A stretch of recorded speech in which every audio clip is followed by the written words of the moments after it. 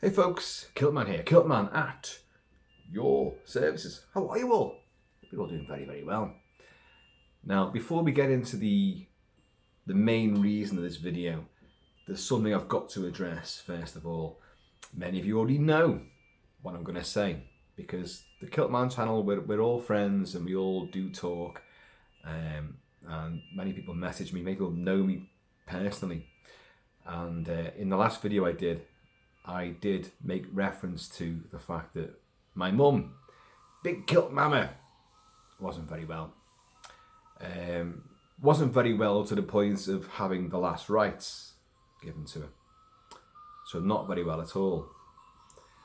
Of course, as many of you know, and many of you now can guess, that she passed away. So I've lost my dad, I've lost my mum. And yeah, it's a bit of a strange sort of limbo at the moment. I really am in a strange place right now, and I don't understand it. I don't pretend to understand it. And I know many of you guys and girls have gone through it yourselves, you know, and everyone's different, and it affects people in a myriad of ways. But I'm not going to linger on that right now, because I will do a dedicated video to my mum. You haven't got to watch it, but I'm going to do it because I have got to do it. And I did one for my dad, Big Kilt Papa, on his passing, the passing of a legend. They are now reunited, together forever. My dad's probably going, "Oh God, she found me again." But yeah, so they'll be battling around the halls of Valhalla right now. My mum passed peacefully, but now she's probably raising hell with my dad. So, but I'll do a video on that anyway. So if you want to watch that, you can, obviously, please, feel free. I won't linger on that right now because, as I say, I'm just still trying to get to grips with it. But the meat of the matter is escape from New York, escape from LA, escape from Earth. What? What you say? What? We all know and love Escape from New York. I watched it today for the first time, and suddenly I managed to find all these bits and bobs and paraphernalia from Escape from New York. It vies with The Thing. I know I'm repeating myself something chronic. I've said it so many times. The Thing, John Carpenter. Escape from New York, John Carpenter. Kurt Russell in both of these movies vie for top slot. The Thing's the better movie, but Escape from New York is more fun. And my favourite character of all time certainly is Snake Plissken. A one-off, a pure maverick, one-eyed, complete, that to the establishment, a war hero, but doesn't give two shites anymore. Gets set up and into New York. Hey, look, I'm not going into the plots. Massive success, independent movie, Avco Embassy, massive success at the time.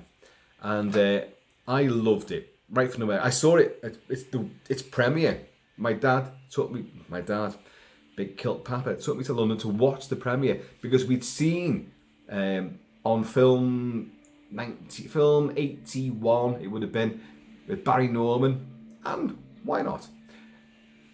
Loads of previews of this movie. And I was sitting there, oh my God, I've got to see this one-eyed fucking hero with those kecks, those kecks on, which I've got. I tracked. You can get them now a lot easier than you could when I finally found them. It took me almost 40 years. Hang on. Yeah, about 40 years to find the exact copies of those Siberian camouflage pants. And then to get the leather jacket as well, the actual, well, not the actual one, but a perfect replica of what he wears in the movie, and the life clock and the tracer and all that shit, everything. The Ingram Mac 10, got it all, and the boots as well. Of course, got the boots, got everything. I stopped short of poking an eye out, obviously, to put an eye patch on authentically, but I've got plenty of eye patches too. So you can see one being sported by my young protege here, Mr. Kentucky Fudge. And I love this movie so much you wouldn't believe. Do cosplay as Snake, but I do cosplay as McCready from The Thing as well. It's the Kurt Russell thing. I love King Kurt. So why am I talking about it now? What new can be said about it that I haven't said before? I've always said the first one is magnificent. The sequel, Escape from LA, is it's a colourful, gaudy comic book movie, an action extravaganza that John Carpenter didn't really want to make. That the fan appeal and the fan sort of, impetus. We want more Snake Plissken. Of course you want more Snake Plissken. Carpenter does not like doing sequels. Look what happened with Halloween 2. I love Halloween 2, but he deliberately fouled up Halloween 2 by the whole brother, sister, sibling, rivalry, stalking, slashing thing. Michael Myers is Laurie Strode's brother, because he knew it would just destroy it. Only it didn't, did it? It didn't destroy it. Oh no. But all of his films, they are complete in their own way. They might have ambiguous endings where they kind of leave themselves open. But many of his movies have apocalyptic endings. Escape from New York and Escape from LA certainly do. So he didn't want to do Escape from LA. But there's something about Snake Plissken's character that you want to see more of him. You want to see more of his adventures. I know I do. I did not like Escape from LA. I can watch it. I can tolerate it as a bit of fluff. Colourful, as I say, colourful comic book. But it hasn't got the edge. It hasn't got the bite. It hasn't got the violence. It hasn't got the atmosphere of the first movie. And what I do not like is that why has Snake Plissken got to escape again from anywhere? He's such a great character. There's so many dimensions to him. Such a backstory. You don't have to have him. Oh, give him another time limit, and he's got to escape again. He's got to do a mission and be set up and be a patsy for the government again. No. Why do that? And it's like Carpenter and Kurt Russell knew this. Well, look, okay. You want a sequel? Well, we really can't be arsed doing this. I know Kurt Russell was actually quite interested in doing it because he loves the character of Snake Plissken. He thinks it's his favourite character that he's ever played. And it is. It's the best character he's ever played.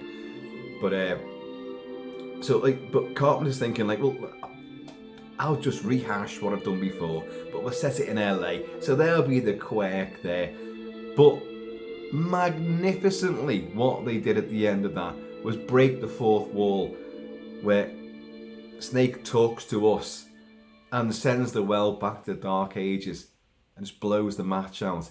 It is brilliant. It's nihilistic. It's anarchic. It's exactly what Plissken would do, because he don't give a fuck, And and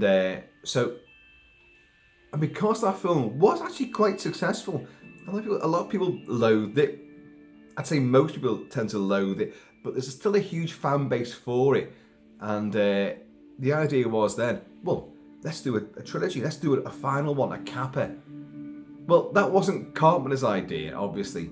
So everyone starts mooting the idea of, well, we've escaped from New York, we've escaped from LA. Well, what's next? We've got to escape from Earth, because he's sending the world back into the Dark Ages with no technology. Now we've got to escape from Earth. It's gone all primal and all that. And this was all prevalent for a long time. And for many, many years. And I've obviously discussed the movie, the original, and LA for many, many years. And I've reviewed them on different platforms before YouTube. And on YouTube, I've discussed them a lot. And I've always said, I want to see more of Plissken. But I want to see, not a reboot, I don't want to see his son, Kurt Russell's son, taking over. Because that was mooted for a while as well. Then there was, do you recall Emily Blunt was meant to be playing a female Snake Plissken in a whole new woke version of Escape from New York. I love Emily Blunt.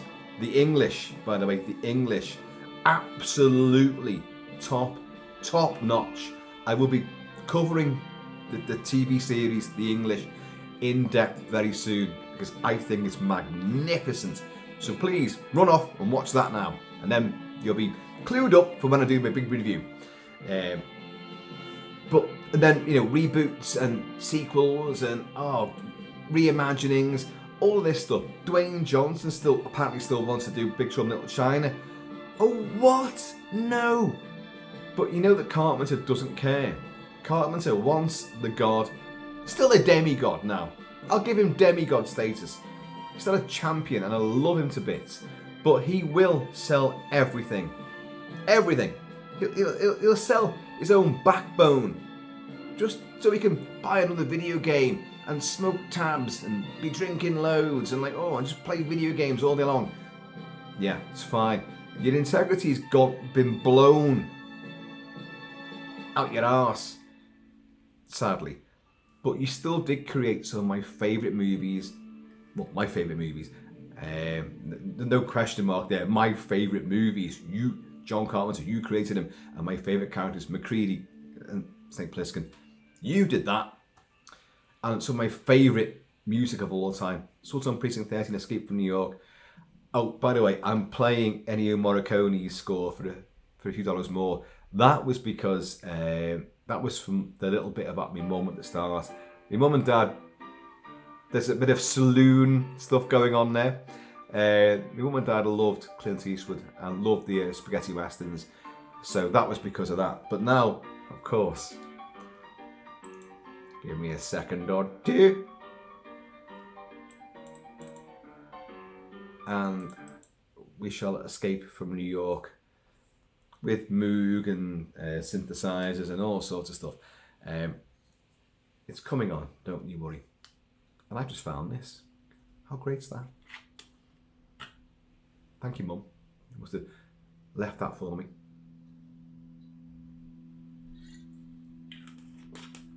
But I've always said that if you're going to do a third movie, don't bring in the son of Kurt Russell. Don't bring in some other actor. Don't make it a woman. Don't do that. Don't do any stunt casting. Do the most obvious thing, which no one ever seems to think of, and bring Kurt Russell back to play St. Plissken. Even as an older guy, with he grows his hair all the time, and even when it's completely grey now, but with that jaw and that twinkle in his eyes, one eye for St. Plissken, of course, he still looks amazing. He can still bulk himself up. He can still be brawny and athletic like St. Plissken should be. I always find it amusing that for Escape from LA, when he was approached to do it, the thing is, Kurt Russell already knew that, I want to do this, because he'd seen all the fans sort of, the cavalcade, please, we want more Plissken. And he went, all right, well, he had a hand in persuading John Carpenter to do it in the first place. But he also said, but I will only do it if I can fit into those pants again. Fit into those pants. They say, you only see it at the start of the movie when he gets arrested again in LA and he's shipped off, to LA to get into the pants. But then they go because he clearly doesn't fit into the pants very well. He doesn't. Because you see him, he goes into the that stealth gear. I hate that stealth gear. You can see the jacket there on the McFarlane's Movie Maniacs figure there, which is a hodgepodge. It's Escape from LA with the weaponry from LA, but he's wearing the Siberian pants and the boots from Escape from New York, although slightly modified and look a bit different. But so he puts the kecks on, and then they give him, no, you're going to wear a stealth costume, and he goes, I'll take the coat. Because it's a big, long, sort of leather, stealth, technology, sort of, leather jacket. I'll take that. You'll take everything. But the vest and the pants are horrible. They're horrible. You'll never see me wearing that shit at Comic-Con. Ever. I'll never do it. But when you see him, so he's got the Siberian pants on. His belly really is overhanging that, and he's sucked his gut in to get into those pants. Plus, while people always argue with this, he's wearing hair extensions in Escape from LA. His hair was shorter. In Escape from New York, his hair, that was his real hair. Like this is my real hair. It was real hair. In Escape from LA, he his hair was shorter, so they gave him hair extensions. So his hair looks much longer. I do like the way his hair looks in Escape from LA. I think it looks wonderful. It's not fucking real, not real fucking hair though. You know, it's not his. It's extensions. But anyway, I do like the music to it, and I like the Bruce Campbell. You know, the Surgeon in Beverly Hills. I like that. There's little episodes which are great. There's little moments which are great. But the ending, there's no sense of tension or excitement at all. It's overplayed.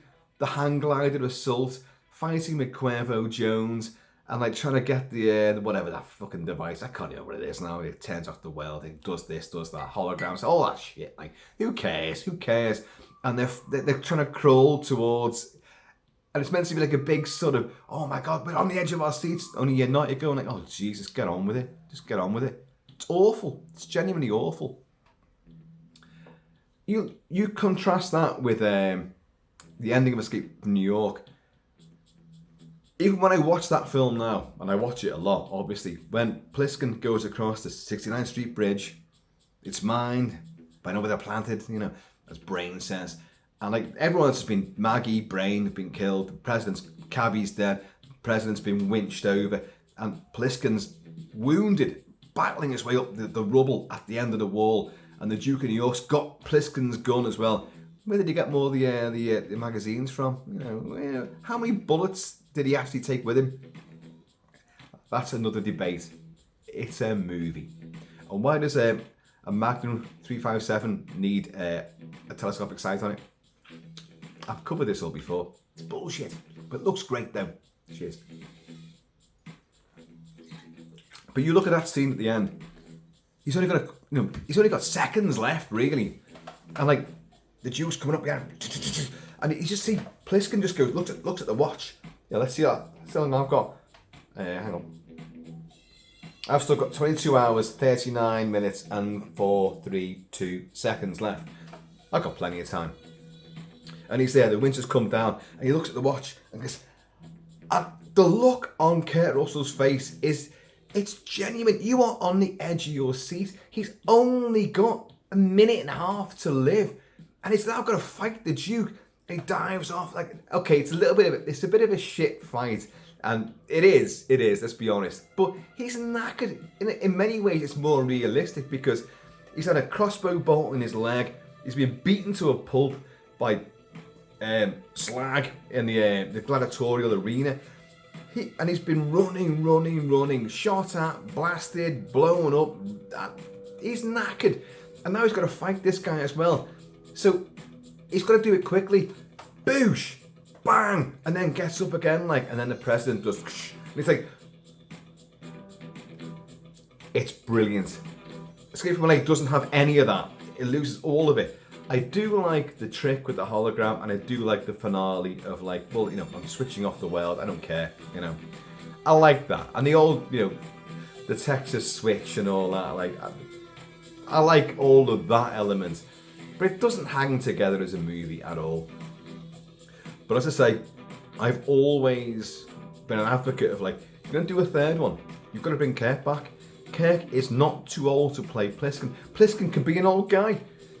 But why has it got to be an escape movie? He is an outlaw. He's a special forces veteran. He's going to have a myriad adventures. He hasn't got to have a time limit and escape from somewhere every single time. Have him be. No, I've got to go on. Maybe he does have a son. Maybe and his son gets in trouble and someone comes to mind. Your son, Snake. I heard you were dead. Get all that. Heard you were dead, told her, and I heard you had no kids, but apparently your son's in trouble in Oklahoma. So you got to go and get him out from, whatever.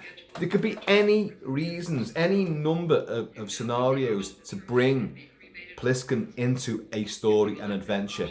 It hasn't got to be he's been caught again, and we're going to send you down, I'm going to kick your ass out of the world, war hero. You don't need any of that shit anymore. Oh, big connection between me playing for a few dollars more before and Escape from New York, Lee Van Cleef. And I've only just realised that actually. But you just have to escape from anywhere. you can still tell a great adventure story with Snake Plissken.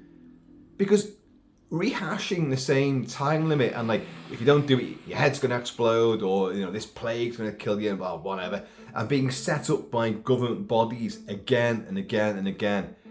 We've seen it, we've done it, we've been there.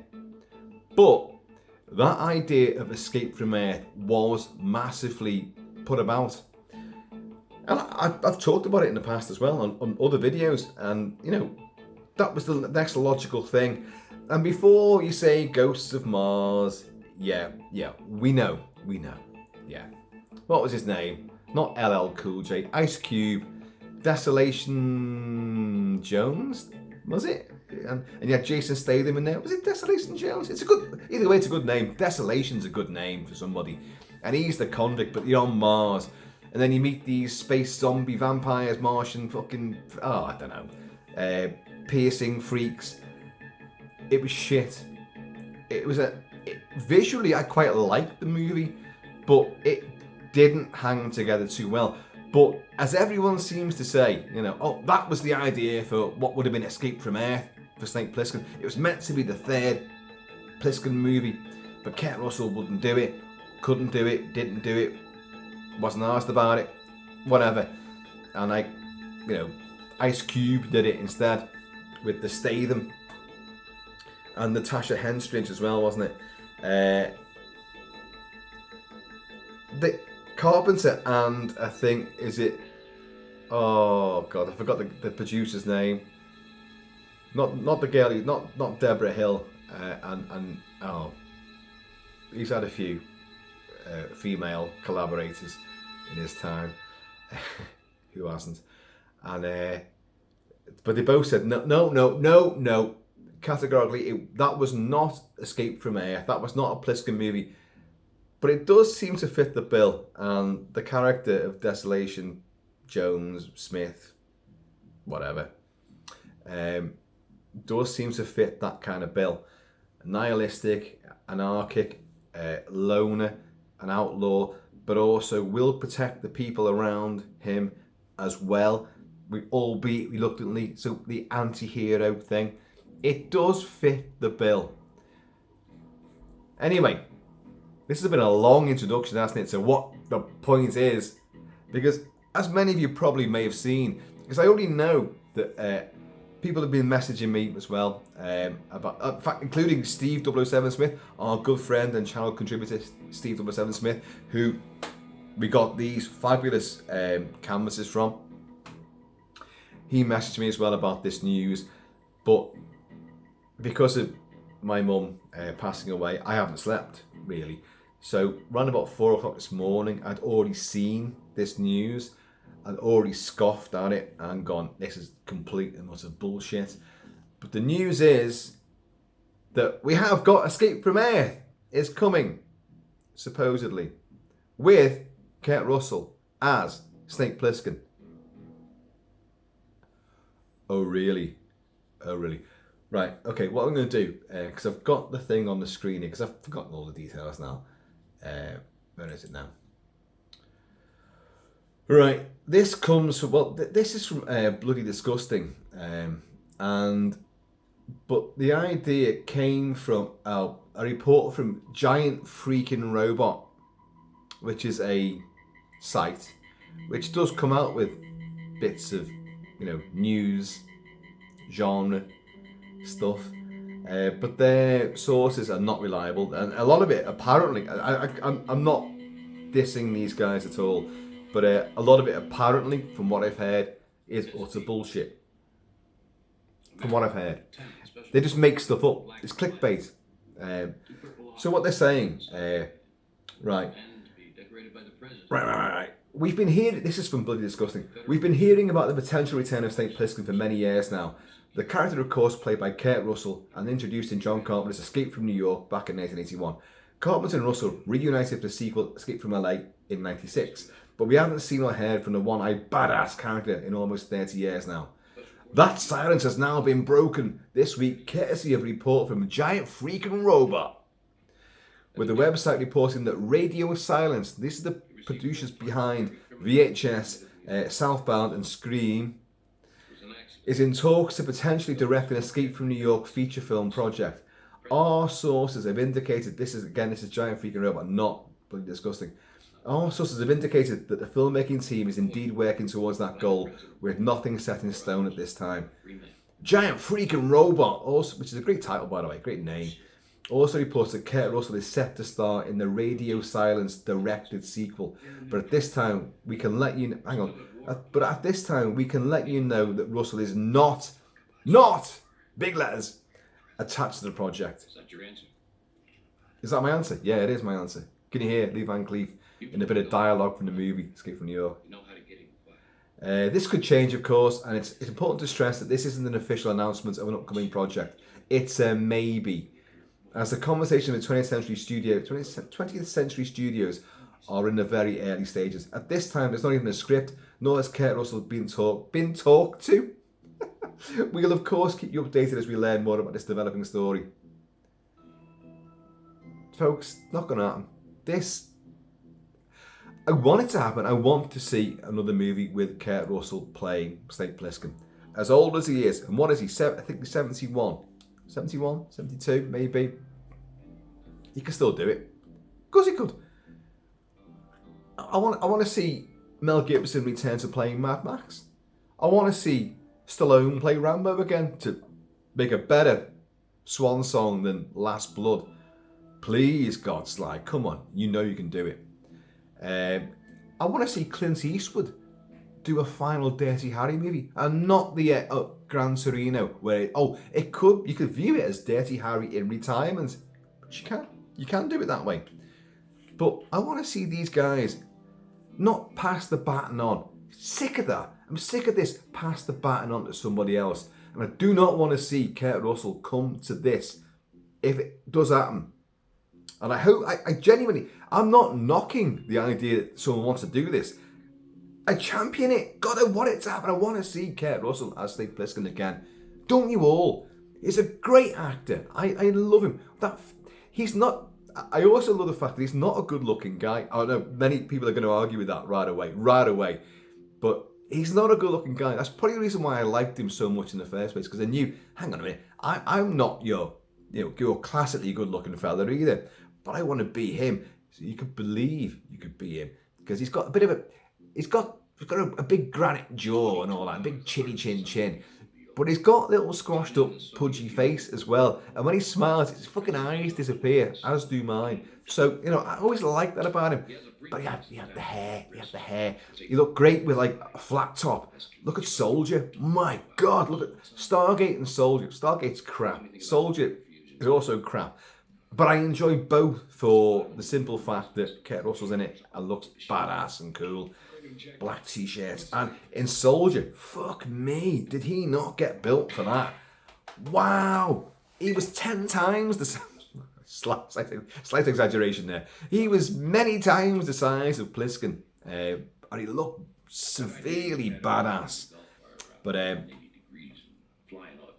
he could still do it. He can grow his hair, put the eye patch on, have a bit of a beard this time, like, because he likes beards as well.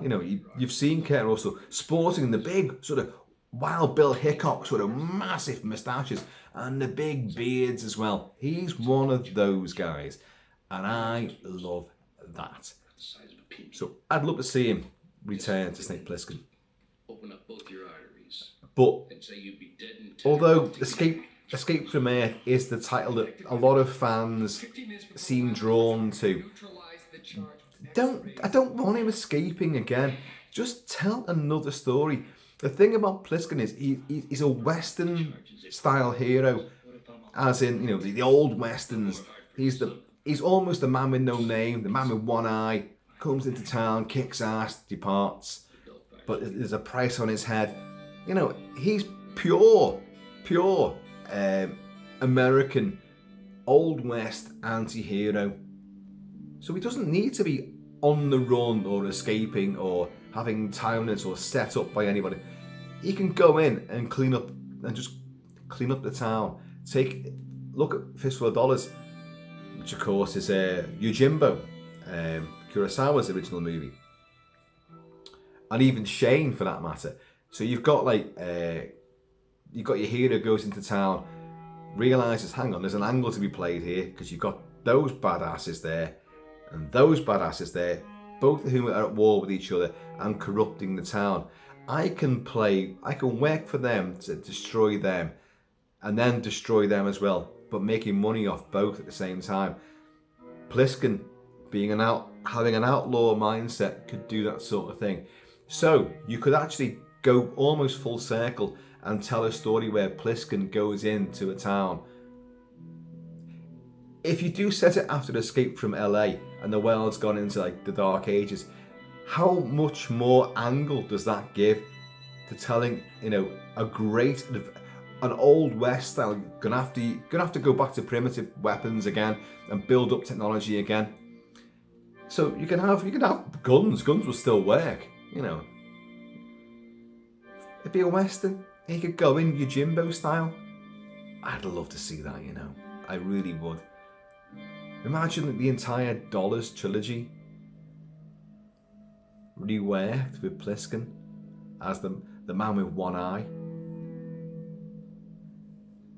Carpenter, Russell, you heard it from me. Giant freaking robot, man! Is it giant freaking robot? Yeah. You guys heard it from me. That's where we're going with it. I might even do it myself. I might write it myself. I've written books. Christ, I have written books. I've won awards as well. Jesus Christ, I could do it. I could do that in me sleep. Well, folks, suddenly there's a germ of an idea in my head, but I've told you all about it, haven't I? Damn it! Damn it, I've ruined it all again. You're all going to nick this now and pitch it to Hollywood, and that's it. You're going to make millions, and I'll be sitting here still drinking whiskey and like playing music and getting blocked occasionally on YouTube.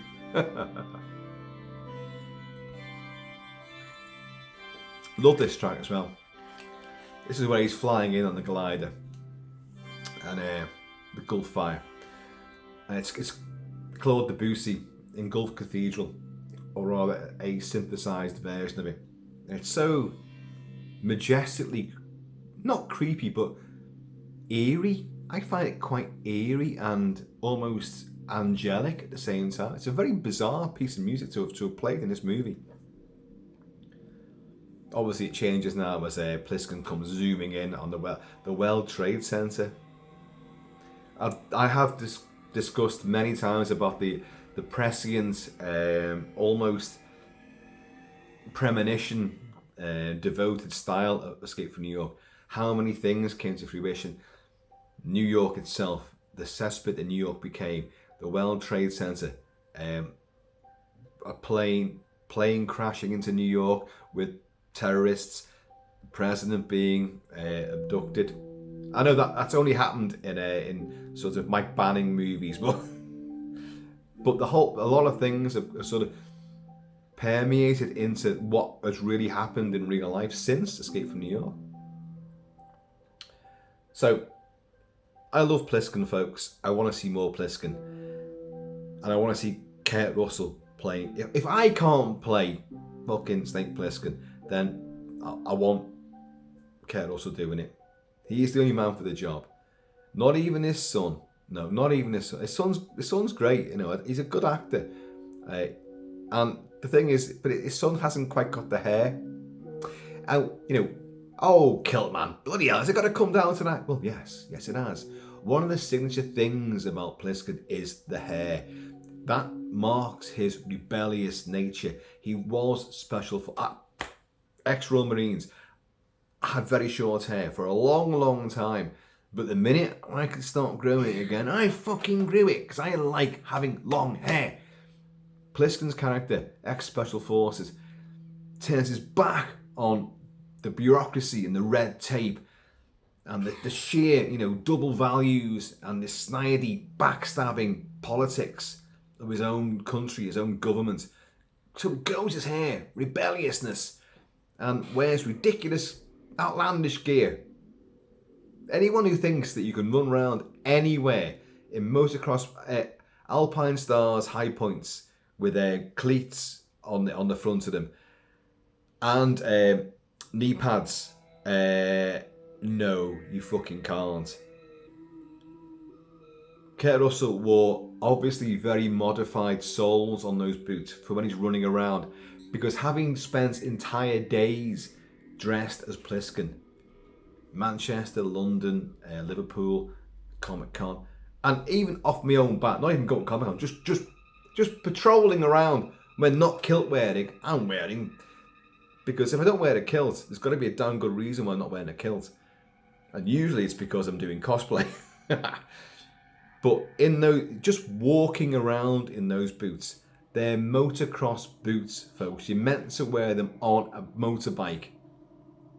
You don't walk around, or if you do walk, you don't walk very far. But walking around town, walking around a convention centre, running around New York or LA, it's not going to happen. You cannot do it. You cannot do it at all. But they're great boots, though. They are. They're fucking amazing. Not very comfortable, though, gotta be honest. So anyway, folks, that is the news report today from Giant Freaking Robot Man. That Escape from Earth is apparently being shunted about Hollywood. I'm sure it is. I'll be honest, I'm sure it is, but because it has been for the last sort of 20 years. I know it has.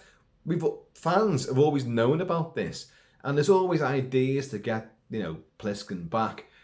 But Carpenter is now on such a thing, the new Halloween trilogy and all that. We won't go into that, obviously. But he'd be on board for it. It's money to him, so of course he'll do it. As long as he gets a producer credit as well in it. He'll have no part beyond that. Just give me money, take Plissken, do what you want with it. And Kurt will phone John, Big John, and say so have I got your blessing for this? And then Big John will be gasping with his cancer sticks. Sorry, I'm having a big boss fight at the moment. I'll get back to you in a minute. Oh fuck. That's another fucking life.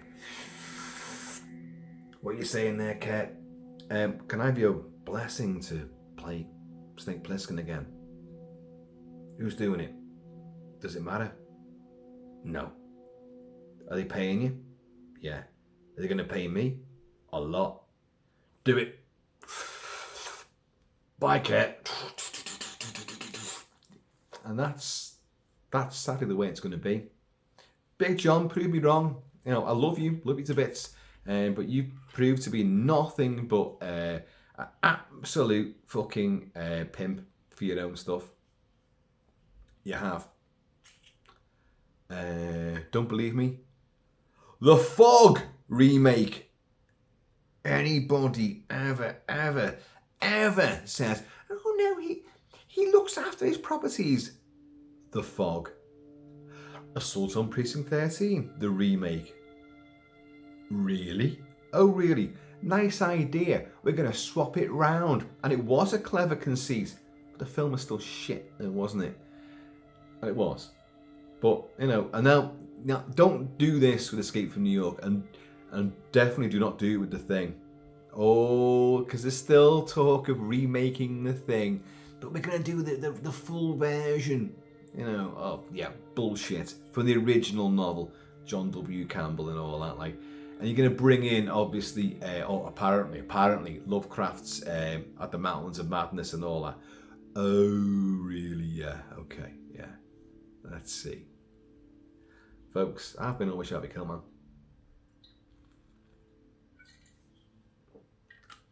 This may have been a bit of a ramshackle video, as most of them are. But I'm not dealing with everything properly at the moment, so I'll be honest, I'm kind of flying by the seat of my kilt.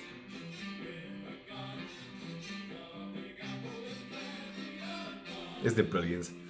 And it is John Carpenter, Nick Castle, Tommy Lee Wallace who did Halloween 3. Nick Castle, who played the Shape in Halloween. And he's also a gypsy in Escape from New York. But they're sitting there, in the the play is going to come on, and they're the band.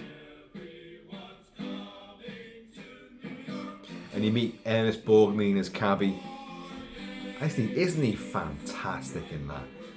I love the way that in Escape from New York, Ernest Borgnine is a lovable, sort of like, he's so innocent. He's like, oh God, of Mice and Men, Lon Chaney Jr. played, was it Lenny, who's a bit of a simpleton. Cabby's a bit of a simpleton.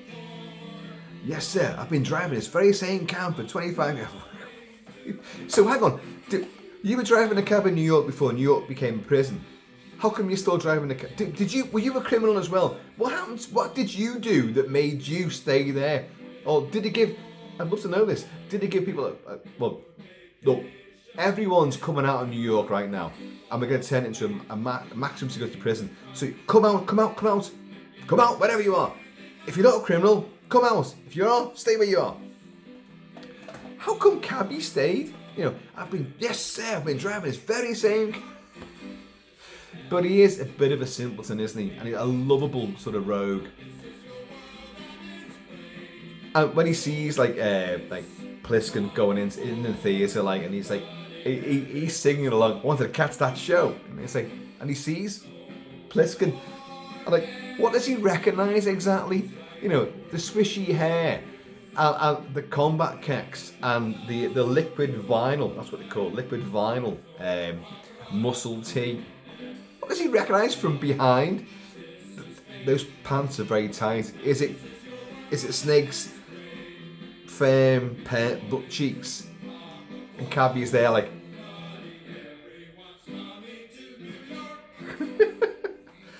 But what I like about it is that Ernest Borgnine. What do you want?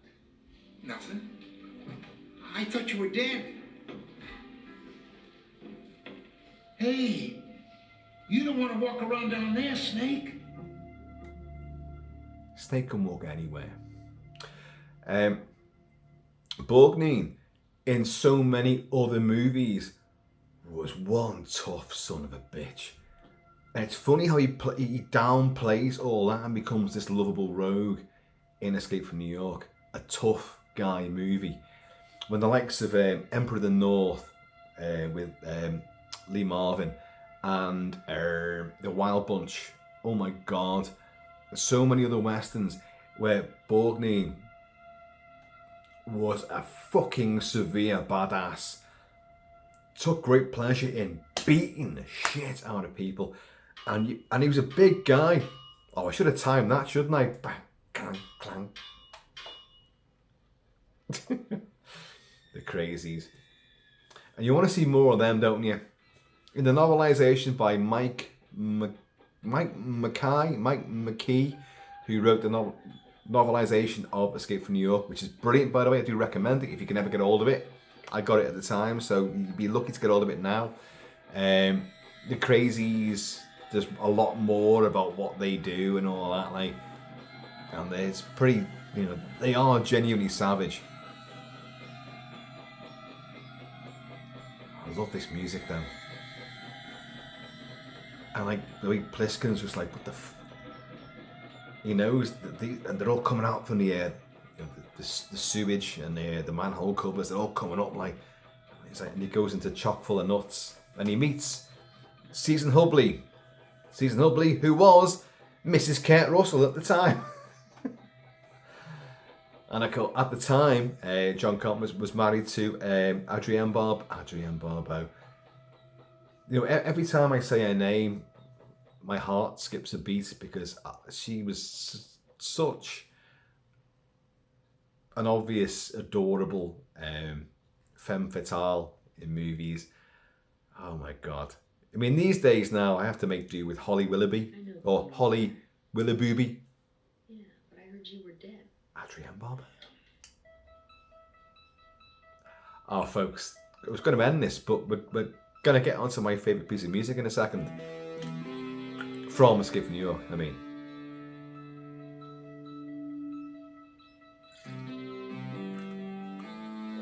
It's coming up in a second. I'll talk about it when it comes on. But in the meantime, do think about where this could go and what potential ideas you might have or you'd like to see Snake Plissken do. Because you don't want him doing the same bloody thing every time. Got to go in, he's being used, set up, and he's got to go in and do something in a certain time limit.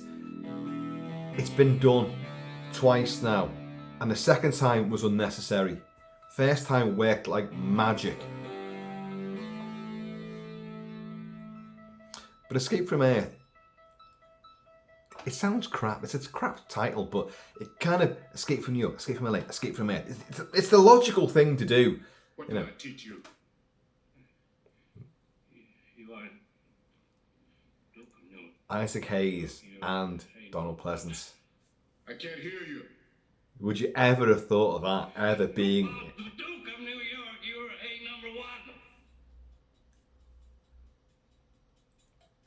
I absolutely adore this. I have discussed it many times. The Duke of New York is arriving with his entourage. The hydraulics on the Chevys and the limos and all that, like the chandeliers on the hood. But when they arrive, Kurt Russell Snake Plissken just stands there like the Ingram Mac 10. Should have brought mine down, shouldn't I? Just stands there. Cabby bugs out. Brain and Maggie go and hide in the shadows. But Snake, he's like, you're the guy that's got the present. I need to meet you now. He just fucking stands there. It's brazen. It's ridiculous, but it's brilliant. But obviously, he runs off and hides in the shadows as well because he realizes a little bit. Kurt Russell just goes like he watches them. He's just like that brazen, and they're coming down, and he just looks at them. And then runs off and hides. Yeah, maybe you're right. We'll use a bit of stealth here. It's such that the beat is brilliant. Brilliant.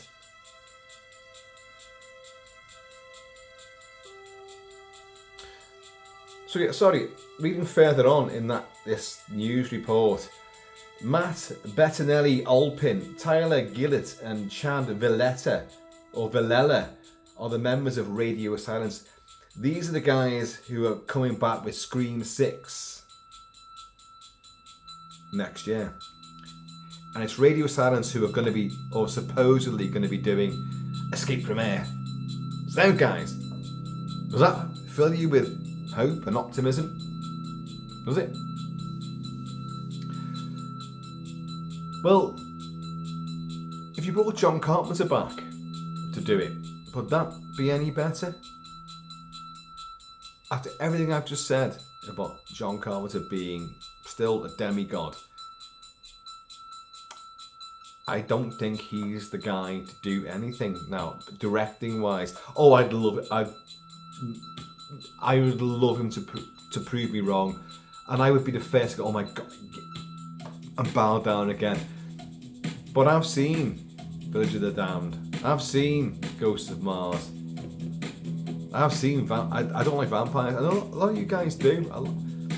I'm not a fan of Prince of Darkness as well. I think he began to fall apart at Prince of Darkness.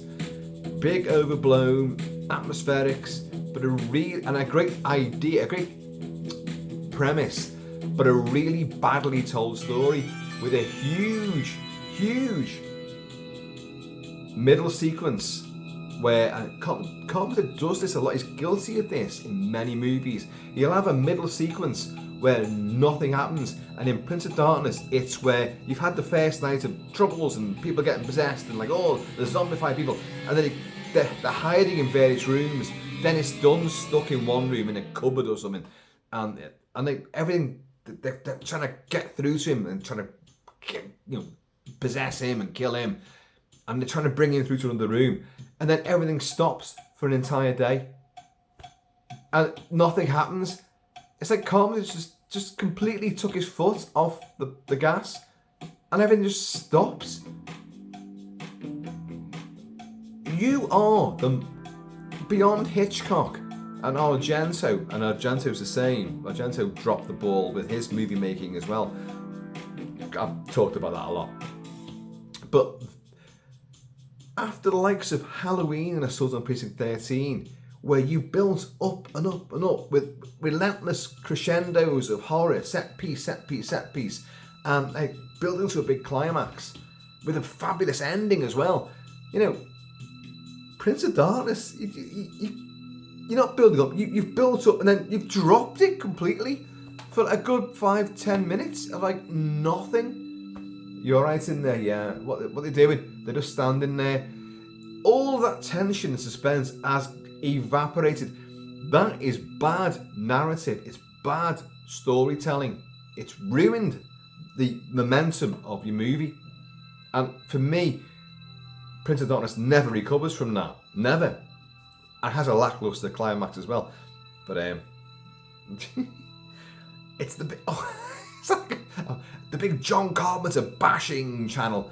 I'm not. I love John Carpenter. Let's go through his movies.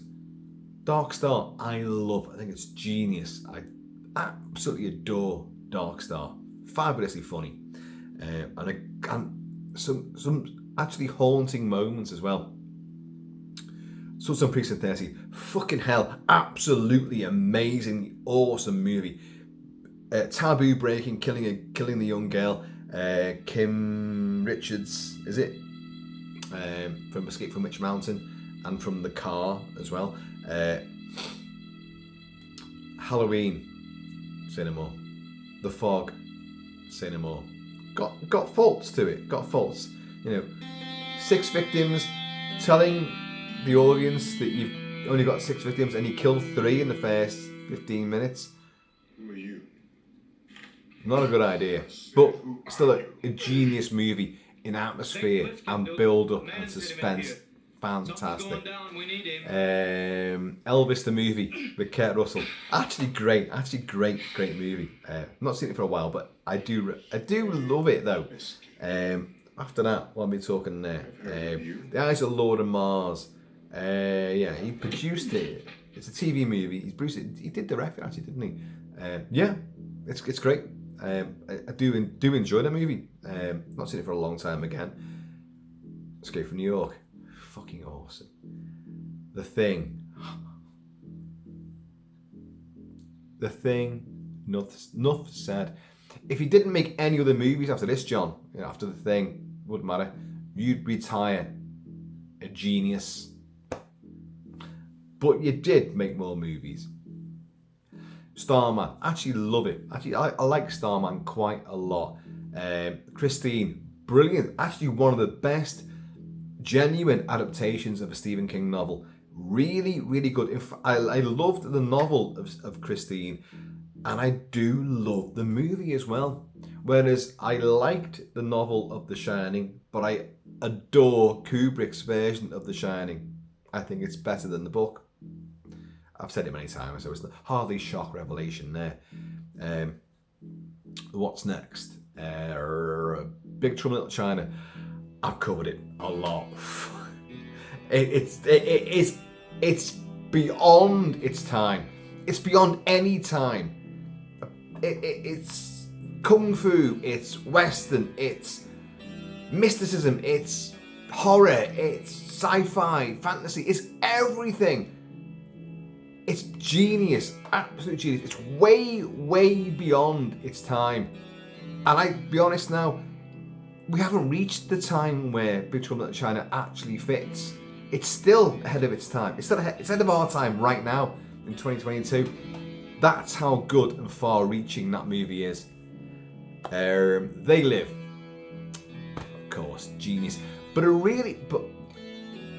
be honest, you want more of a finale. It's very, very quick. And I love the fight, Keith David and Rowdy Roddy Piper in his, well, I was going to say in his kilt then, because he used to wear a kilt, didn't he, in the ring. And I'm wearing a kilt, of course I am. There it is. But you knew that. I think it's great, but I would love to have had more at the end. It does just switch off. It's almost like Carpenter just goes like, okay, right, like I've said enough. I've poked at every bit of politics and commercialism and society and authoritarianism. I've done all those bits, and like my characters have done that. Well, that's it, and it does just end. Yeah. I would like far more. So I think They Live is great. I do love it, but I want more. In the Mouth of Madness, everyone ignores it. It's fucking awesome. I love In the Mouth of Madness. Have I reviewed it on the channel? Have I? I don't know. You tell me. I can't remember. But I think it's fantastic. Sam Neill and the whole Stephen King, Sutter Kane. Oh, Jürgen Prochnow. Oh my God, it is brilliant. Brilliant. There's a little couple of elements of some rubbery K&B effects there, but I think the film is genius. I have a real mad kick with that one. It gets me. I enjoy it every time. What's after that? Shit, what is after that? Oh, vampires. James Woods. I love James Woods, but I hate vampires. No, I love vampires, but I hate the film Vampires. I think it's crap. Oh, it's a vampire western. Oh, it's crap. It's so. There's no excitement to it. It's all the action is at the start, and people get split in half by vampire talons and all that kind of stuff. Yeah, and then the Vatican and all that. They're the badass working for the Vatican. Yeah, again, Carpenter's doing this sort of subversive thing, but it doesn't really, for me, it doesn't work.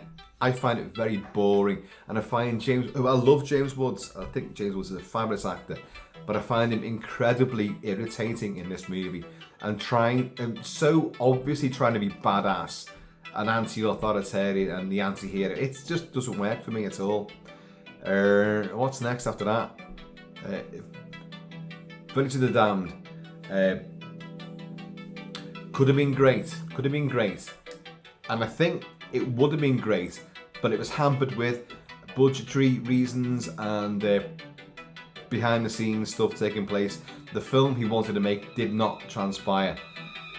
I have covered it before actually, and I wish to God it was better than it turned out to be.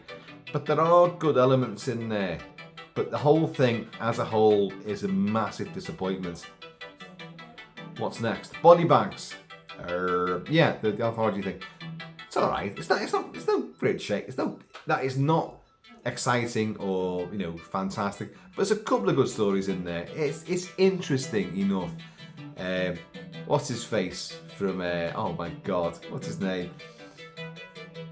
Stacey. Oh Christ. I forgot his name. Bloody hell. But growing his hair. Wants to grow his hair. And there's a thing. There's a recurring thing about Kurt Russell and the hair. And McCready and Plissken and the hair extensions. Stacey, God, he played Mike Hammer. It's his fucking name. He's in Escape from LA as well. Hang on a second.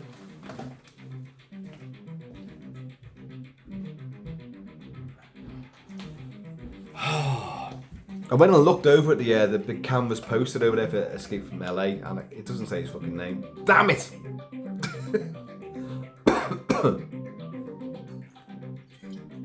But it's got some good bits in it.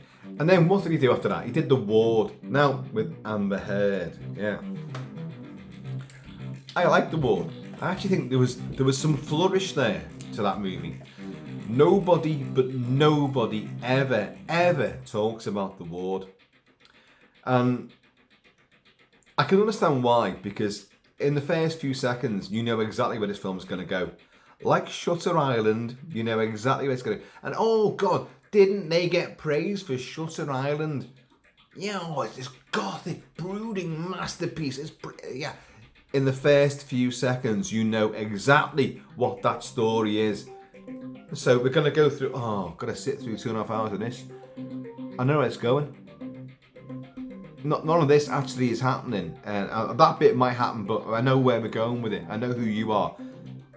And you've got that with the Ward, but the Ward does have some, I found a few little shocks and weird moments, and a bit of directorial flourish as well, where all the girl inmates, and I've said this before as well, and it's not even like a horror sequence at all, but it has a sort of Dean Cundy-esque camera work and directorial style to it, which is pure Carpenter, where the camera goes down the corridor into their little rec room sort of thing, where all these psychotic inmates, all girls, are playing some music on a ghetto blaster, and they all start dancing. It's, as a sequence removed from the movie itself, it's brilliant. As a sequence in the movie, it works too, because it puts you, I found it brought me into their environment. I just love rocking with these psychos. I had a great time with it, and they're all dancing around. It was a beautiful moment in a film which is very hackneyed and obvious and stereotypical, but that was a little aside, which was a big aside, which some were going, we didn't need that at all, did you? And no, you didn't, but it did work, and for me, it worked amazingly well. So I was happy with that. Have we covered them all? Have we? I think we have. Of course, Cartman has done soundtracks since he did Firestarter, which the beautiful irony of that is that he was all set to make Firestarter, but in the end he did Christine, didn't he? Instead of the Stephen King novel Firestarter. And I've reviewed the Firestarter movie from the 80s. The remake of Firestarter is shit beyond belief. Zac Efron and all that. Zac Efron, I always think that sounds like a meteorological term, and like, you know, and here we have some there's a fierce band of Zac Efrons coming in, you know. It sounds like, you know, it's going to be a huge bounce of like, ooh, really bad weather. That remake is garbage, but John Carpenter did the entire soundtrack for that movie, you know, with his son and the other guy. I've forgotten the guy's name now. Damn it. The son of the guy from the Kinks. Oh God, you know who I mean. Cody Carpenter and oh God, somebody Davis, whatever. And the soundtrack's good, but that seems to be his thing right now. And there is a sort of clarion call to get Carpenter back to direct. He won't be doing this Escape from Earth if it gets off the ground. He won't be doing that. And as I said about Dario Argento, do we really want Carpenter to come back and direct? He's done it.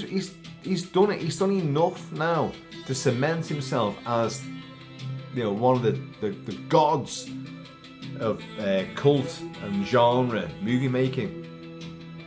Doesn't need to do anymore. Doesn't need to.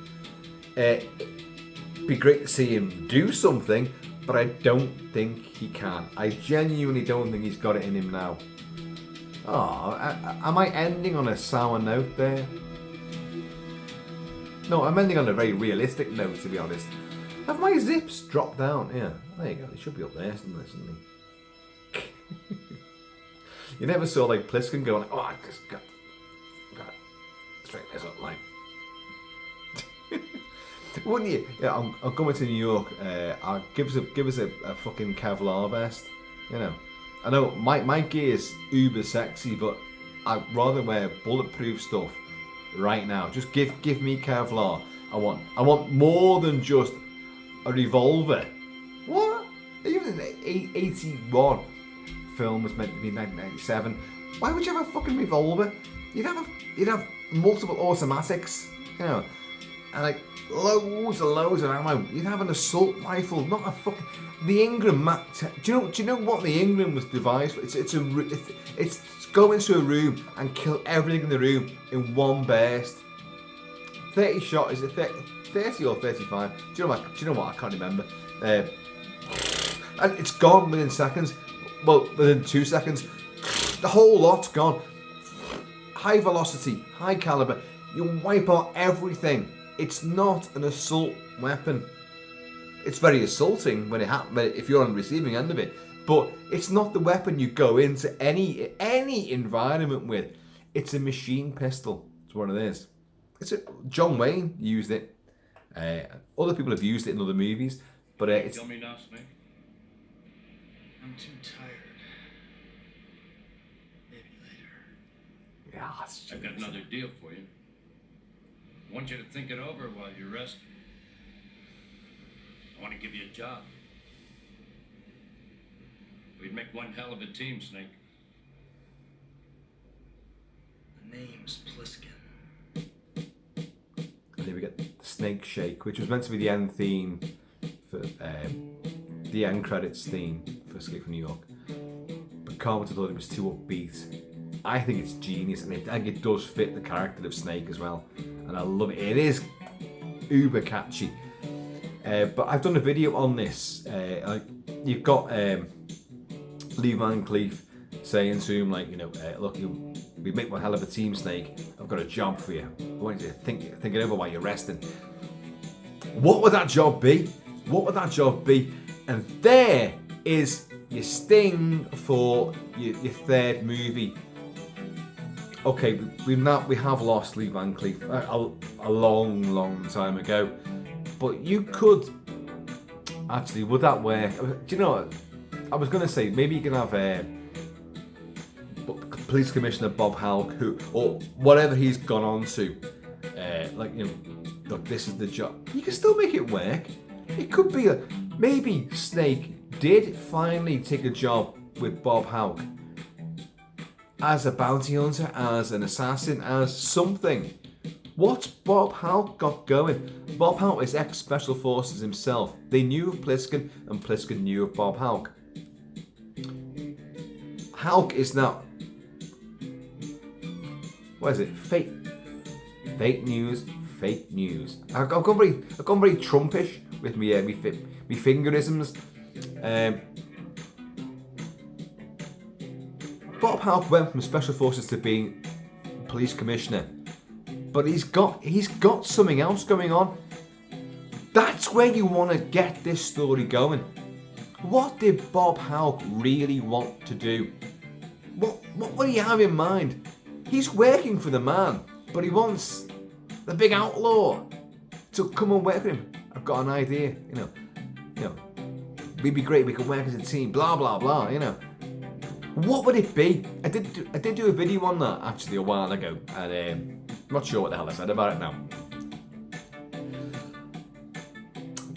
Multiple ideas, folks. Multiple ideas. Plissken can go on. Just don't have him limited to escaping from here, there, and this and that. Oh, I've got a time limit. Don't do that. There's so much more. He's a fucking living, breathing, three-dimensional character with a history, loads of experience. He's robbed multiple banks. He's fought in Siberia. For God's sake, he's done so many things. We got the war in Ukraine, Russia now, and the burgeoning possibility of World War III. Snake Plissken, as a character, is really could come back into vogue. So much more to think about, folks. So much more to think about. Is there not?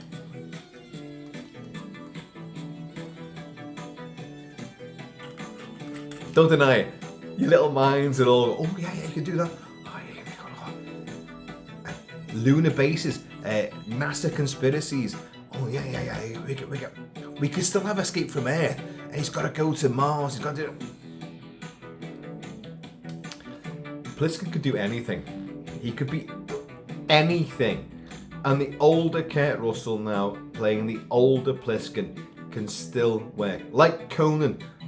I think I was going to mention him before actually. I mentioned Mad Max and other people, but Conan Arnie could come back and do.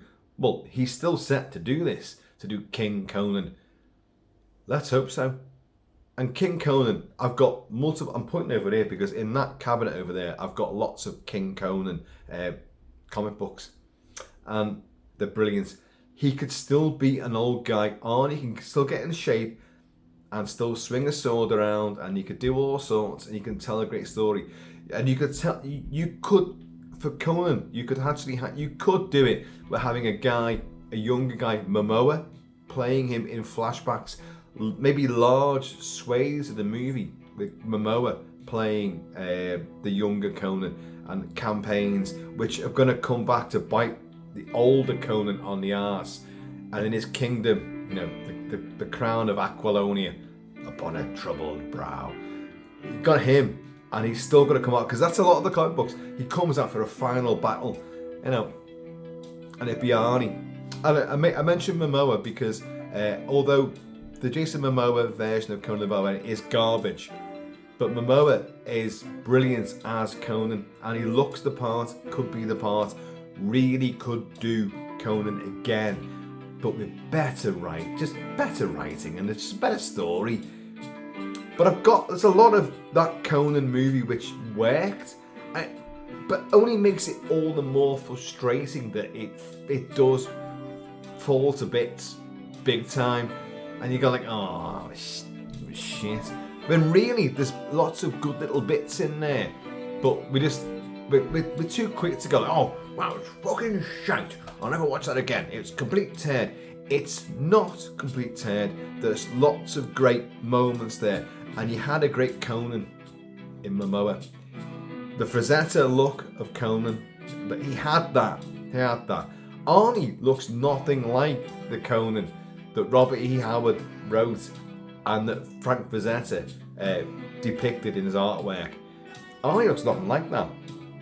He doesn't. But he's still Conan. Folks, we've gone on. But we won't go on much further, because I've almost run out of this stuff. So, there's some things to think about. Escape from Earth, the further exploits of Snake Plissken, potential remakes of The Thing. John Carpenter, where's he at these days? What's going on? Do you want him to make movies again? Or stick to doing soundtracks and playing video games and smoking? Conan, what happens there with Conan? Can we have Arnie back? I want, before I snuff it, and these guys are way older than me, before I go, I want to see Arnie back for a final Conan movie. I think we'll get it, you know. I genuinely think we'll get it. And I want to see Kurt Russell back for a final Plissken movie. I'm not so certain we're going to get that, but I would love it. I would dearly, dearly love it. Then I go to my grave happy.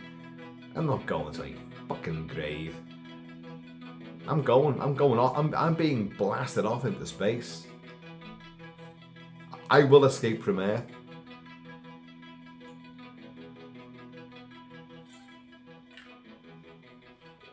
Folks, have been, always shall be, Kilt-Man. Please keep it kilty, keep it county. And in the meantime, and this ever, I don't know, utterly bizarre, and at the moment, kind of remembering Big Kilt-Mama. Weird reverie in between time. Please be happy, be healthy, be yourselves, and stay in touch. You guys have been absolutely wonderful. Well, since the channel began.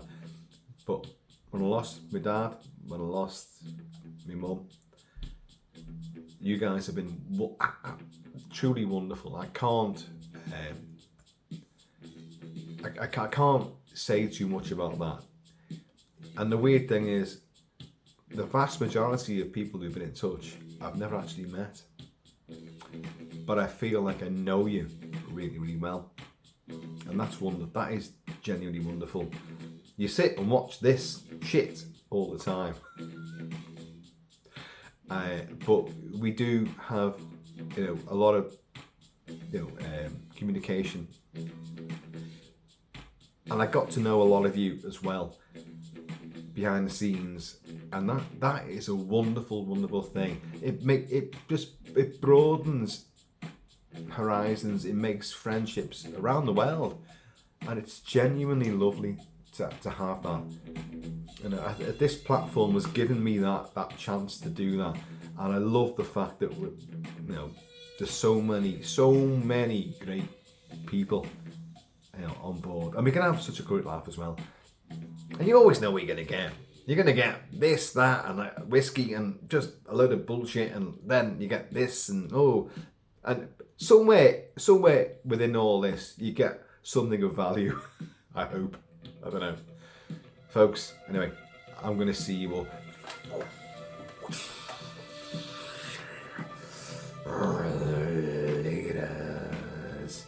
And yeah, I wish I was taller. I genuinely do. And I wish I could escape from this earth